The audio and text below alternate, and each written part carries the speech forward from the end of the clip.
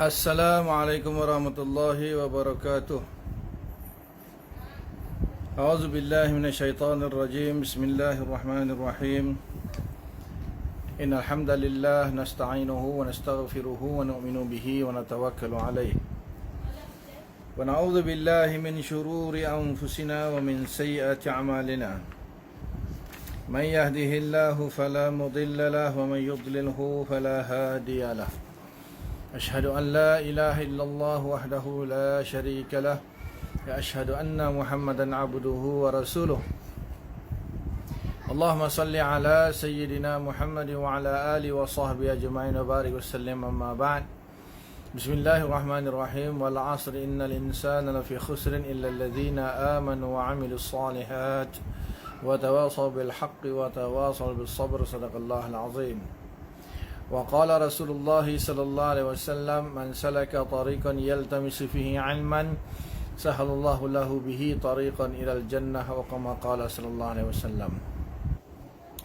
Alhamdulillah, syukur kita kepada Allah Subhanahu wa taala kerana masih lagi diberi kesempatan untuk kita menyambung kuliah kita pada malam ini secara online.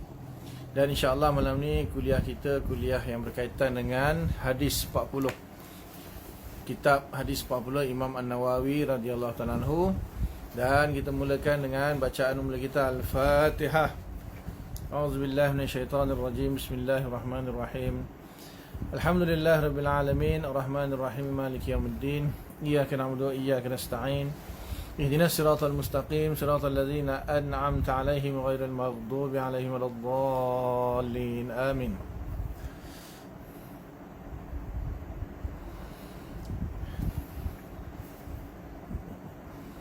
Jadi buku ni muka surat 62. Muka surat 62 kita masih lagi dalam pembahasan mengenai hadis yang pertama, iaitu hadis innamal a'malu binniyat. Jadi tajuk malam ni ialah pengertian dunia. Pengertian dunia sebab apa? Dalam hadis itu ada menyebut man kanat hijratuhu lid dunya yusibuha. Kerana siapa yang hijrahnya itu untuk dunia yang ingin dia perolehinya, awi mra'atin yankihuha, ataupun perempuan yang ingin dia kahwini, fa hijratuhu ila ma hajara ilaih, maka hijrahnya kepada apa yang dia niatkan. So apa yang dimaksudkan dunia itu? Pengertian dunia, kehidupan sekarang adalah di dalam dunia. Menurut pengajaran Islam, dunia bagi orang Islam adalah sebagai alat, bukan tujuan. Iaitu alat untuk menyampaikan kepada tujuan akhir di akhirat. Sebab itu, tidak dikehendaki kepada orang Islam beramal dan berbuat kebaikan untuk dunia semata-mata atau untuk mendapatkan kemegahan hidup di dalamnya. Kerana yang demikian tidak sedikit pun membawa kepada tujuan dari hidup di dunia. Pengertian dunia ialah segala makhluk yang ada atau yang wujud sebelum akhirat. Perkataan dunia berasal dari perkataan dunu, artinya dekat, atau dari perkataan dana atun, artinya kehinaan. Ini berarti bahawa setiap orang yang beramal kerana dunia adalah beramal untuk mendapatkan sesuatu faedah yang dekat dan yang hina di dalam dunia ini. Dan dunia yang dimaksudkan oleh hadis ialah segala macam faedah dan muslihatnya serta keuntungannya yang dekat dan hina, kelihatan pada mata yang akan diperolehinya sekarang ini juga dalam jangka yang tertentu.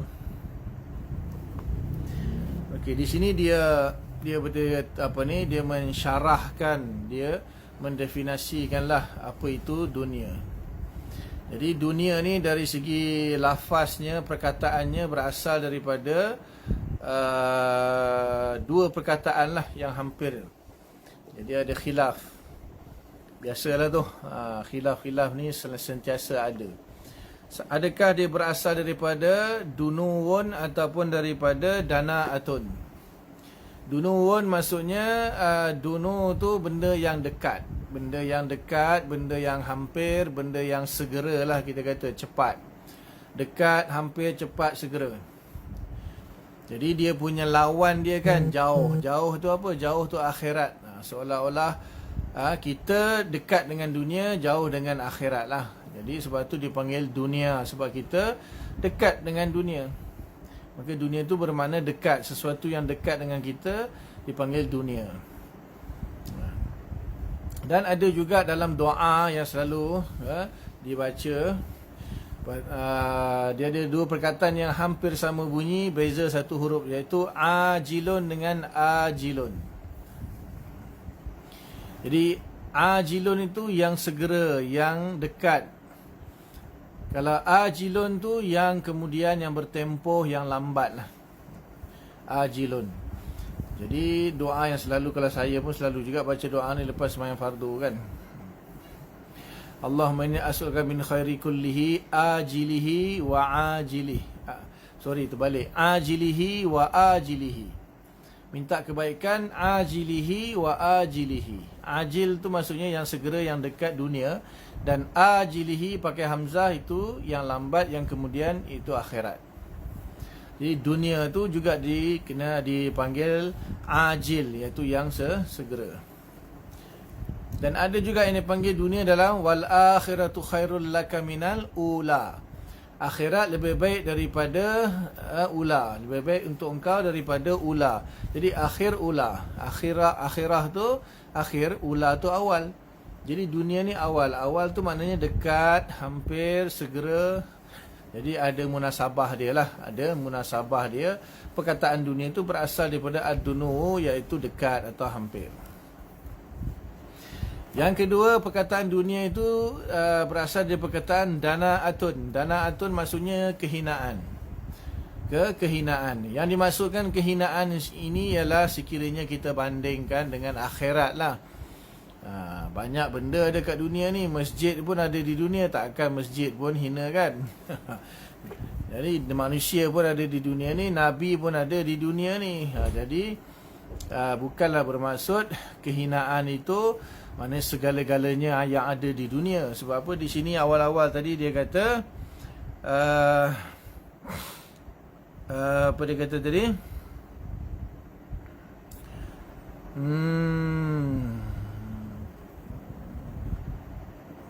Pengertian dunia ialah segala makhluk yang ada atau wujud sebelum akhirat.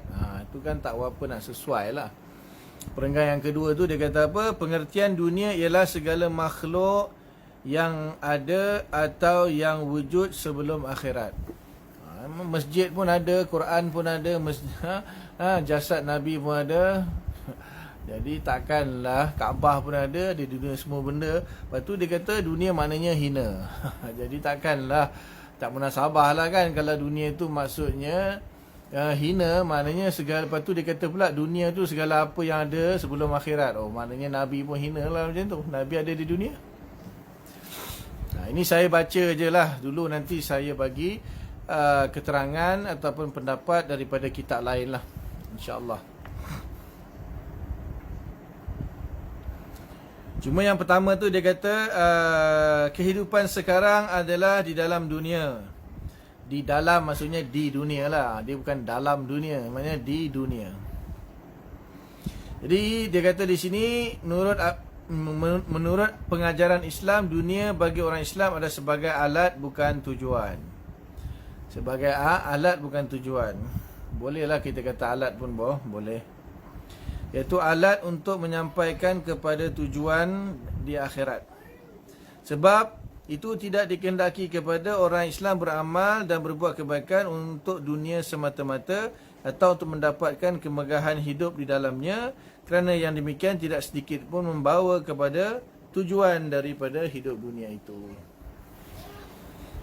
Jadi sebenarnya memanglah dunia ni sebenarnya adalah kita kata tempat. Dia ada dua sebenarnya, bahkan beberapa pengertian lah. Jadi sebelum ni saya pernah sebut jugalah, selalu saya sebut rasanya. Dunia dilihat dari sudut tempat. Dunia dilihat dari sudut tempat, Maknanya merupakan tempat untuk manusia membuat persiapan untuk kehidupan akhirat dia. Jadi dunia dia dari sudut tempat ini, semua manusia bahkan jin perlu kepada dunia. Tidak dapat tidak.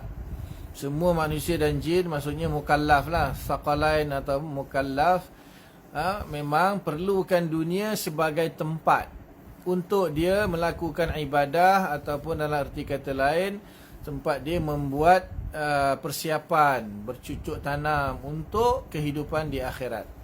Membawa bekalan, persiapan, ibadah, amalan, persediaan, apa sajalah untuk kehidupan di akhirat nanti. Maka dari sudut ini, dunia sebagai tempat diperlukan oleh semua orang, termasuklah Nabi dan Rasul. Sebab itu sunnatullah. Sebab ini adalah sunnatullah. Memang sunnatullah, Allah Ta'ala jadikan dunia ini sebagai tempat untuk manusia melaksanakan segala ibadah, segala persiapan, segala bekal, menyediakan segala bekalan untuk menghadapi alam akhirat nanti. Yang kedua, maknanya kalau dari segi tempat tu di bumi lah, kita kata dunia ni di bumi. Setakat ni tak ada lagi lah orang hidup di bulan ke di planet lain, wallahu alam. Yang kita tahu di bumi ni, maka dunia dilihat dari sudut sebagai tempat, mana kita kata di bumi ni lah. Kemudian yang kedua, dunia dilihat dari sudut masa. Dunia dilihat dari sudut masa. Secara umumnya, selagi tak kiamat, selagi itulah kita kata dunia. Dari segi masa, selagi belum berlakunya kiamat, hari kiamat, maka semua masa-masa itu dikatakan dunia. Sekarang ni dunia, dulu pun dunia, akan datang pun dunia juga selagi tak kiamat. Itu secara umum. Bila kiamat, habislah masa di dunia tu, habis. Itu secara umum. Secara khusus bagi setiap individu lah. Secara khusus bagi setiap individu, selagi dia tak mati, dia tidak meninggal dunia, maka kita kata dia masih lagi berada di dunia. Sebab tu bila satu orang dia mati atau meninggal, dia matilah, kita kata apa? Meninggal dunia. Dia meninggalkan dunia. Jadi dia tak tinggalkan dunia pun. Maksudnya sebenarnya kan jasadnya ditanam di dalam kubur. Kubur tu dunia lah juga kan. Tanah tu kan bumi. Dan maka dari sudut tempat masih lagi kuburnya itu dikatakan bumi, dikatakan dunia. Tetapi ini bila dia mati, kita kata dari sudut masa. Dari sudut masa, dia sudah habis masanya di dunia. Sudah habis umurnya di dunia, sudah habis masa yang diberikan oleh Allah kepadanya untuk dia membuat persiapan di dunia dari sudut masa. Dunia masih ada tapi dia dah tak ada. Dia masuk dalam jasadnya tanam dalam kubur, rohnya akan pergi kepada alam barzakh. So bukan lagi alam dunia, alam barzakh. Jadi alam barzakh ini merupakan pintu gerbang bagi alam akhirat. Itu alam barzakh. Itu dunia dari sudut masa lah. Okay. Kemudian dunia dari sudut apa yang dia kata ni kan, semua benda yang ada di atas bumi ni, itulah dunia lah. Itu maknanya segala apa makhluk yang ada di atas bumi ni, kita kata benda-benda dunia lah. Tak juga di sini yang saya tak berapa setuju lah. Sebab apa? Al-Quran pun takkan dunia kot kan. Kaabah takkan dunia kot. Kalau semua benda yang wujud di bumi ni dikatakan dunia, jadi takkan tak ada langsung ada kaitan dengan akhirat kan. Nabi-Nabi, Kaabah, masjid-masjid, Al-Quran, kitab-kitab ilmu, adakah itu dikatakan dunia kan? Jadi yang saya ambil ni bukan saya cakap sendirilah, daripada kitab Ihya Imam Ghazali. Daripada Ihya Ulumuddin, Imam Ghazali dia bahas tentang dunia panjang. Jadi dia beritahu dunia dari sudut masa dan dunia dari sudut tempat. Yang ketiga baru Imam Ghazali beritahu dunia dari sudut makna keduniaan itu. Dunia dari sudut makna keduniaan itu apa? Kita tengok dia sebut ke tidak. Kalau dia tak sebut, saya tambah insya-Allah. Perkataan dunia adalah umum, iaitu meliputi apa saja yang ada, termasuklah makhluk manusia. Dalam hadis disebutkan satu jenis pasangan hidup seorang lelaki, iaitu orang perempuan yang menjadi niat dan qasad orang yang berhijrah sebagaimana yang telah diterangkan. Sebutan ini sesuai dengan kejadian itu lagi mengandungi pengertian bahawa menyebut perkataan perempuan secara khusus, padahal ia telah masuk ke dalam pengertian dunia. Memberi pula suatu kesimpulan, iaitu orang perempuan adalah di antara bilangan syahwat yang disukai manusia, dan ia terletak pada kedudukan pertama di antara segala macam syahwat sesuai dengan firman Allah Ta'ala, Zuyyina linnasi hubbus syahawat, iaitu maknanya dihiaskan kepada manusia kesukaan pada syahwat, iaitu orang perempuan. Di sini timbul satu pertanyaan mengenai perkahwinan sebagaimana yang diterangkan di dalam hadis. Pertanyaan ini ialah, bukankah perkahwinan itu satu daripada tuntutan syarak? Yang demikian, mengapakah pula dikatakan daripada tuntutan dunia dan dicela? Jawapannya ialah bahawa walaupun perkahwinan dari tuntutan syarak, tetapi kerana lelaki itu menampakkan hijrahnya kerana Allah, padahal hatinya tidaklah demikian. Hijrahnya ialah kerana hendak berkahwin dengan perempuan dan dia bersengaja menyembunyikan niatnya yang berlainan dengan maksud hijrahnya. Kerana itu perkahwinan itu dikatakan tuntutan dunia serta dicela. Jadi dalam hadis ni mengatakan kan, maksudnya dia kata yang terakhir lah, faman kanat hijratuhu ilallahi wa rasulihi fa hijratuhu ilallahi wa rasulihi. Ini dah diterangkanlah semua pada pertemuan yang lepas. Maksudnya ayat dia tu agak pening sikit kan. Mana boleh syarat dan jawab itu sama. Maudhu' dan mahmul sama, syarat dan jawab sama, itu tak memberi faedah. Siapa yang berhijrah kerana Allah dan Rasul, maka hijrah dia ialah kerana Allah dan Rasul. Kan, maksudnya tak fahamlah apa maksud dia tu. Jadi macam seolah-olah kalam-kalam yang lara, tapi tak. Ulama kata maksud dia, faman kanat hijratuhu ilallahi wa rasulihi niyatan. Dia satu perkataan iaitu niyatan, fa hijratuhu ilallahi wa rasulihi thawaban. Barang siapa yang hijrahnya kepada Allah dan Rasul, maksudnya dilihat dari segi niatnya. Maksudnya barang siapa yang niat hijrah dia adalah kerana Allah dan Rasul, maka hijrahnya itu adalah kerana Allah dan Rasul dari segi dapat pahala. Maka dia akan mendapat pahala. Kemudian sambungannya, waman kanat hijratuhu lidunya yusibuha. Barang siapa yang hijrah untuk dunia yang akan dia perolehinya. Di sini umum. So Nabi tak terus tembak je. Nabi tak terus tembak kepada sahabat tu. Nabi kata lidunya yusibuha, maksud umum. Kemudian awim ra'atin yankihuha, ataupun wanita yang ingin dia kahwininya. Nabi tak katalah berdosa ke apa ke. Nabi kata fa hijratuhu ila ma hajara ilaih. Itu lagi umum. Maka hijrahnya ila ma hajara ilaih, kepada apa yang dia niatkan untuk dia berhijrah. Tadi Nabi sebut dunia, dan lepas tu Nabi khususkan perempuan yang ingin dikahwini. Lepas tu jawapan dia apa? Maka fa hijratuhu ila ma hajara ilaih. Lebih umum lagi. Maksudnya sesiapa yang melakukan sesuatu dengan niat yang apa sahaja, maka dia akan dapatkan apa yang dia niatkan lah. Sebab yang asal hadis yang awal itu kan dah beritahu, innamal amalu binniyat wa innamal likulli imri'in ma nawa. Likulli imri'in ma nawa, bagi setiap orang tu apa yang diniatkan. Tu Nabi bagi contoh je lah. Nabi bagi contoh.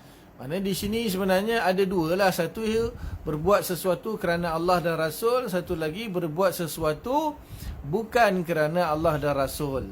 Bukan kerana Allah dan Rasul ini banyak lah. Jadi yang umumnya kita kata kerana dunia. Seolah-olah Allah dan Rasul lawan dia dunia lah. Seolah-olah begitulah. Tapi taklah semua benda tu dicela. Tak semua dunia itu dicela. Cuma dalam situasi ini, Dalam situasi ini, Nabi perintahkan supaya sahabat berhijrah ke Madinah untuk menyelamatkan agama mereka, untuk menyelamatkan iman mereka, yang mana tidak selamat lagi untuk mereka berada di Mekah. Ketika mereka berada di Mekah, iman mereka terancam, tidak dapat melaksanakan perintah Allah dengan selamat di Mekah. Maka sebab itulah Nabi perintahkan supaya semuanya berhijrah ke Madinah demi Allah dan Rasul, kerana Allah dan Rasul, iaitu untuk menyelamatkan iman dan menyelamatkan Islam, menyelamatkan agama mereka. Pemuda ini dia tak nak hijrah pun. Dia tak nak hijrah, tetapi ada seorang perempuan namanya Ummu Qais yang telah diceritakan sebelum ini. Nak kahwin dengan dia. Lepas tu Ummu Qais ni berhijrah ke Madinah. Maka Ummu Qais kata, kalau kau nak kahwin dengan aku, kau kena hijrah ke Madinah. Jadi terpaksalah pemuda itu hijrah ke Madinah semata-mata nak kahwin dengan Ummu Qais. Dan dia sebenarnya asalnya tak ada niat langsung nak hijrah ke Madinah untuk selamatkan iman dia ke.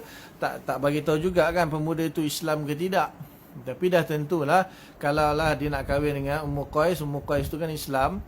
Tapi maka dia kena jugalah hijrah, dia kenalah Islam juga.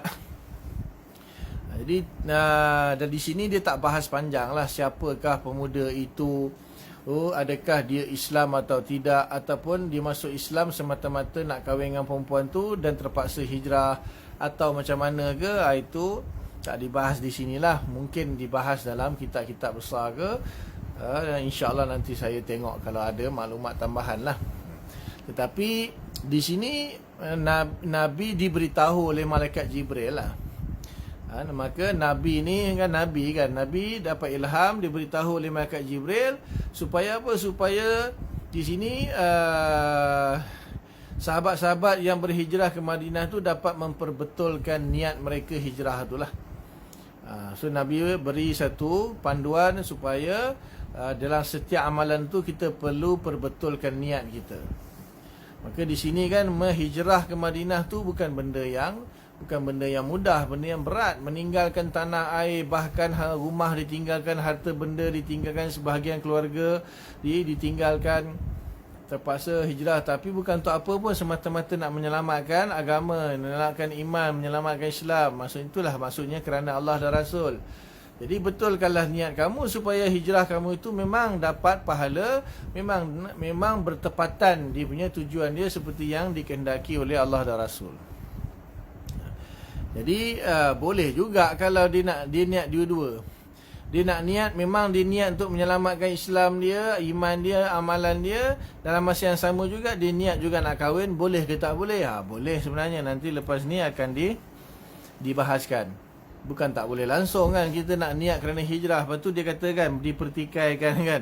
Takkan tak boleh kahwin. Kahwin kan tuntutan syarak. Jangan dia beritahu tadi, dia kata kahwin itu kan satu tuntutan syarak.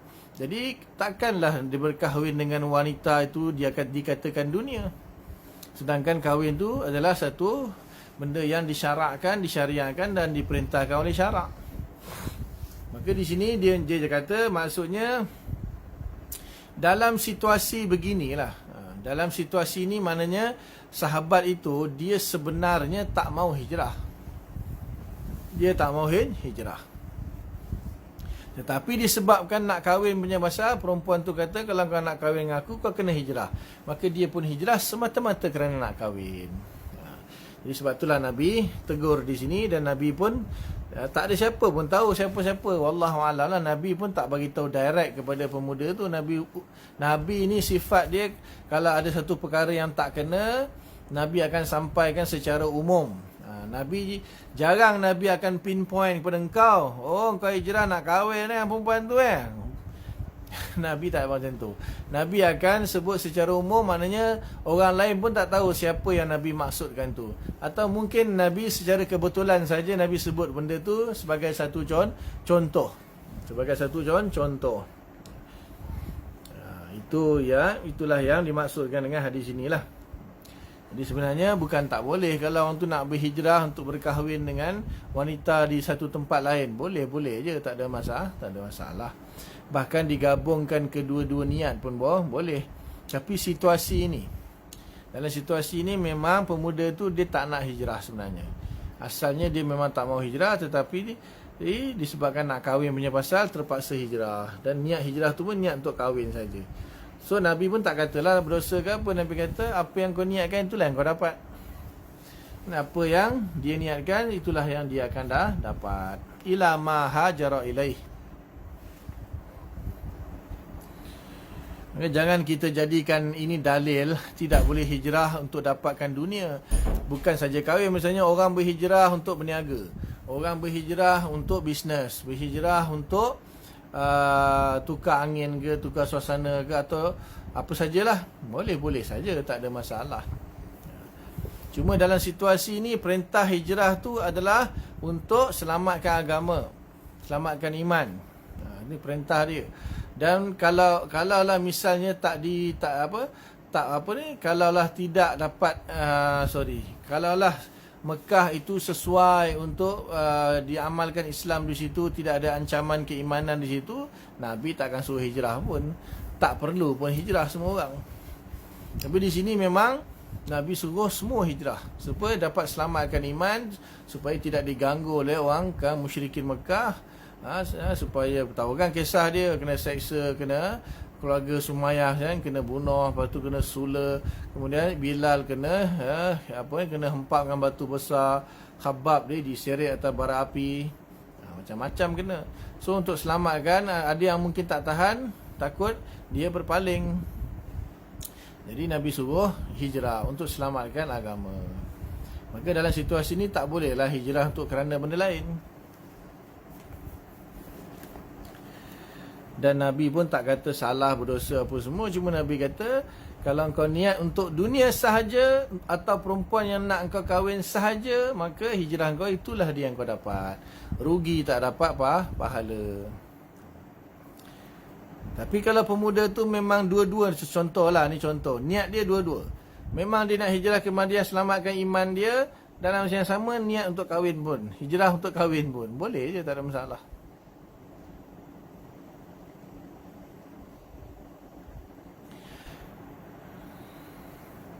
Okey, kat sini dia selesai tajuk yang seterusnya, perkara amal dan yang berkaitan dengannya.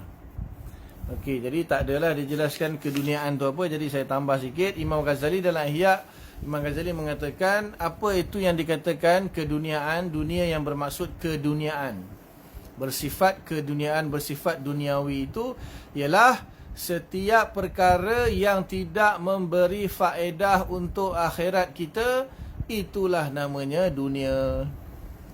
Setiap perkara yang tidak memberi faedah untuk akhirat kita, itulah yang dikatakan dunia, walaupun zahirnya berbentuk ibadah. Contohnya semayang, puasa, sedekah, itu pun boleh dikatakan dunia. Pelik tu kan. Iaitu solat yang dikerjakan untuk menunjuk-nunjuk, sedekah yang dilakukan untuk mendapat pujian sanjungan manusia. Maknanya dari segi zahirnya ibadat, tapi niat dia itu untuk dapat sanjungan manusia, pujian manusia, menunjuk-nunjuk, riak, itu pun dunia. Itu pun dunia. Itu yang dikatakan keduniaan. Kenapa? Dia tidak akan memberi faedah di akhirat, tak akan dapat pahala, bahkan akan diseksa silap-silap.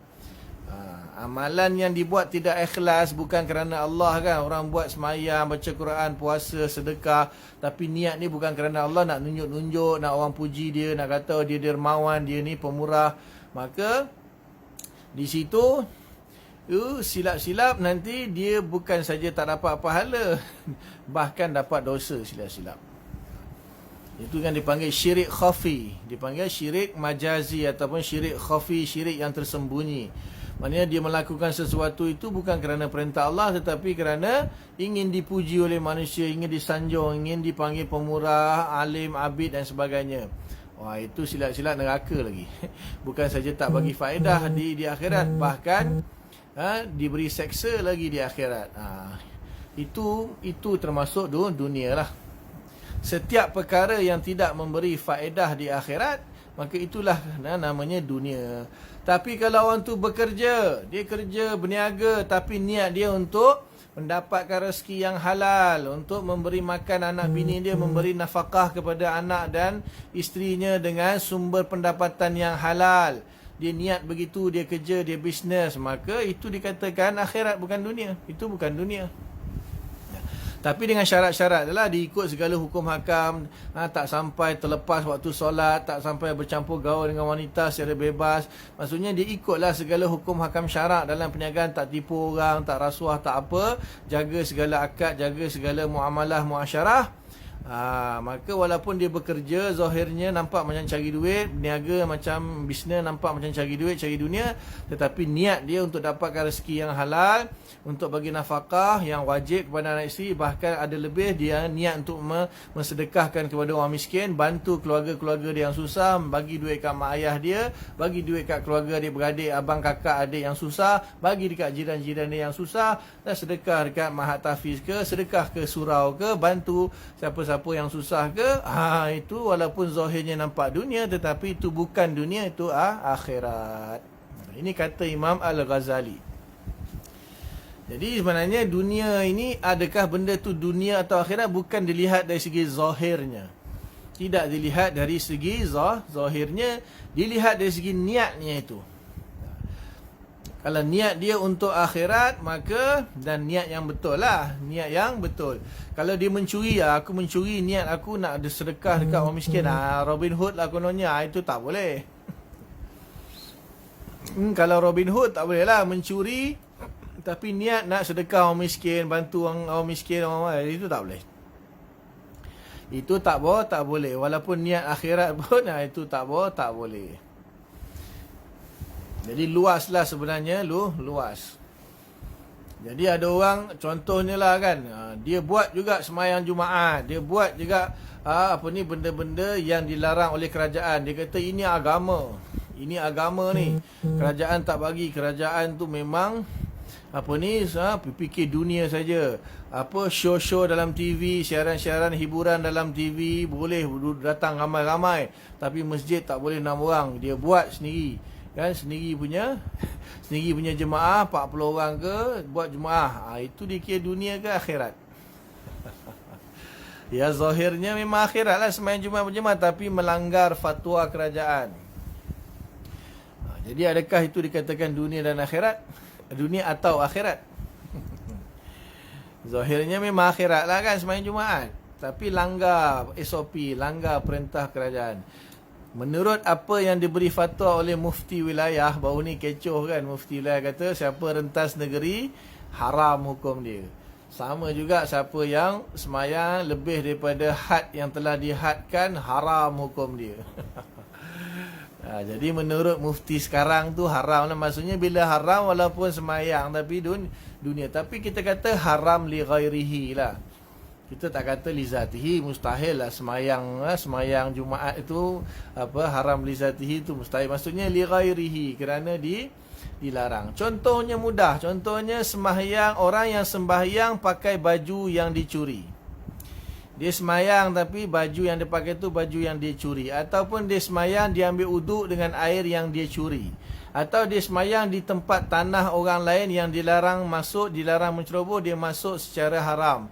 Dia semayang kat situ. Jadi di sini bukanlah semayang tu haram. Jadi katakan perbuatan dia tu harus dipanggil li ghairihi. Disebabkan benda lain, semayang dia sah tapi perbuatan dia haram.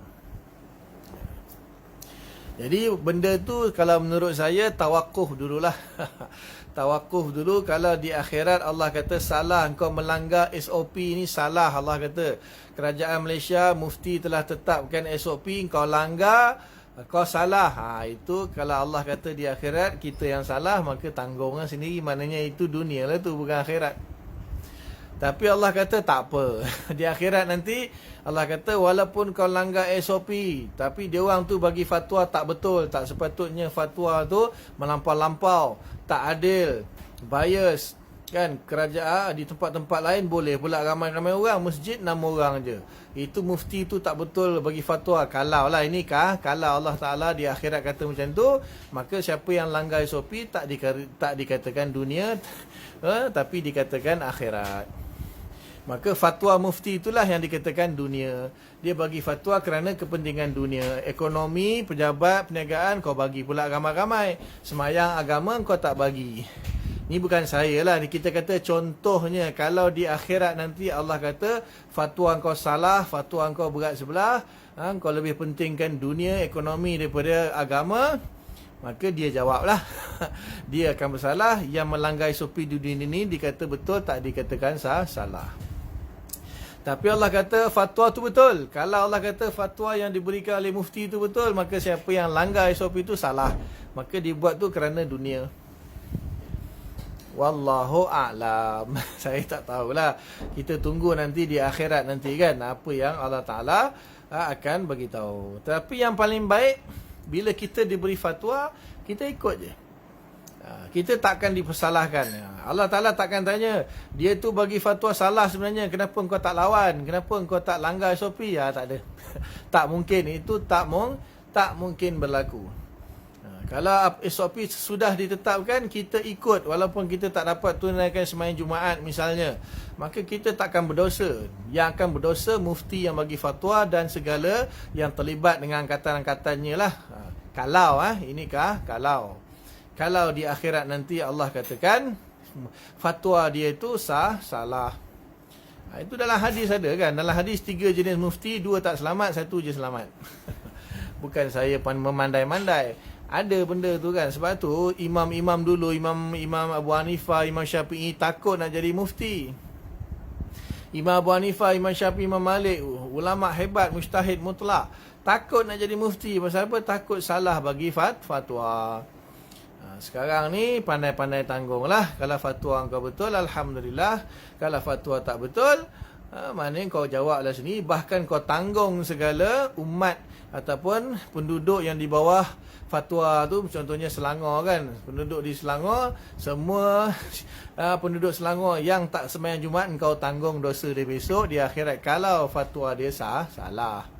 Kalau fatwa dia betul, tak ada masalah. Dia dapat pahala. Dan orang yang tak pergi sembahyang Jumaat tak berdosa lah. Faham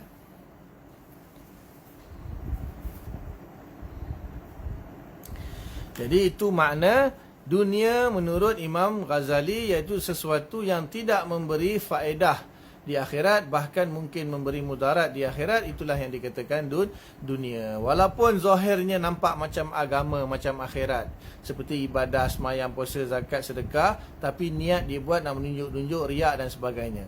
Sebaliknya, walaupun zahirnya nampak macam dunia, dia bekerja, berniaga, cari duit, tapi niat dia untuk dapat rezeki yang halal bagi nafkah anak bini atau sedekah dan sebagainya, maka itu bukan dunia, itulah namanya akhirat. Sebab dia akan memberi faedah untuk akhirat dia.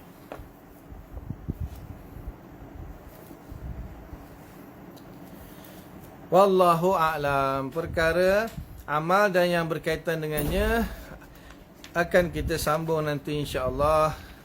Ada banyak lagi, 1, 2, 3, 4, 5, 6. Panjang lagi ni, 7 muka surat lagi. InsyaAllah kita akan sambung pada masa akan datang. Biarlah sedikit tetapi memberi manfaat untuk kita. Jam pun dah pukul 10 ni. Jadi setakat itu dulu. Apa yang baik daripada Allah Subhanahu Wa Taala, apa yang tak baik itu atas kelemahan saya lah.